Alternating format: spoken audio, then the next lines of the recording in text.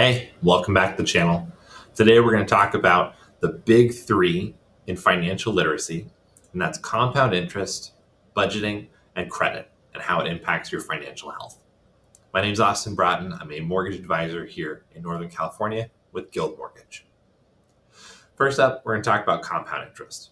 Albert Einstein referred to it as the eighth wonder of the world. But what is it?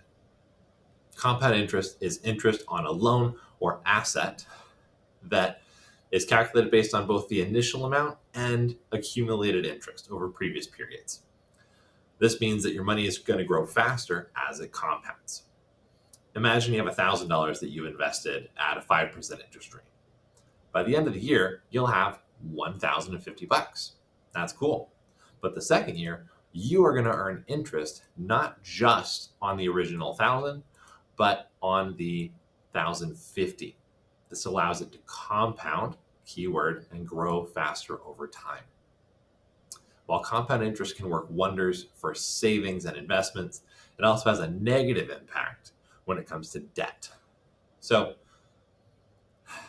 when you owe money, compound interest can cause your debt to grow quickly, especially if you're making only the minimum payments, like on your credit card. If you have a high interest rate on a credit card, and you're only making those minimum payments, you could end up paying interest on the interest from those periods. Think last month, you charged up a bunch, you only made the minimum payment, interest gets accrued, you're now paying interest on both the principal, what you originally bought, and the interest you didn't pay yet. This can lead to a cycle of your debt ballooning in a very short amount of time. So to manage this, always try to pay more than your minimum amount on credit cards. This is both helpful in keeping your balances low, but with your credit scores later on. One thing to note is the difference between compound interest and simple interest. So when talking about debt, your credit cards are the best example of compound interest because, say you take out $1,000 to pay for a trip, a flight, whatever. Interest is going to get accrued on that account. If you only make the minimum payment, it's not going to cover all the interest, more than likely. So next month, your payment and balance are both now bigger. This is different from simple interest, like an auto loan. So if you go and finance a car, not on a lease, those are a little bit different, but just getting a lease on a car, it's going to be scheduled out where you're paying the same amount of interest and the same amount of principal every single month over the life of the loan. Simple interest. Most things are on either an amortization schedule, which we'll talk about it another day, or on a compound interest option, meaning like your credit cards again. This is why they grow, and you're making your minimum payments, and you're like, why isn't it getting better? This is why.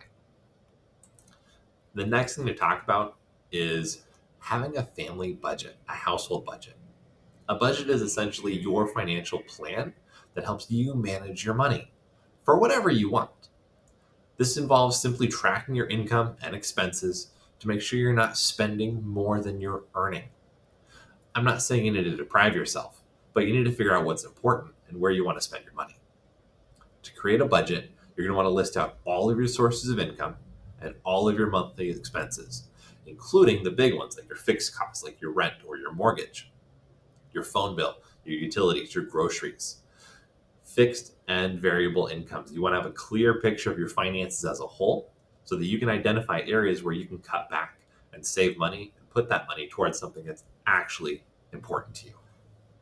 One of the best examples is my wife and I, when we were buying our first house, realized we were spending $600 a month on DoorDash, and that's why we weren't saving anything. Crazy. The last big one, and this is one that has a lot of nuance, is credit and how it has an impact on your financial health. Your credit score is a numerical estimate of how likely you are to repay your bills. That's all it is. A good credit score can help you secure loans and credit cards and mortgages at better interest rates, which can save you money over the long run.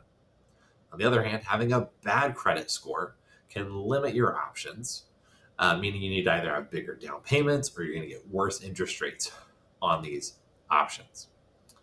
To maintain a good credit score, make sure you're paying your bills on time.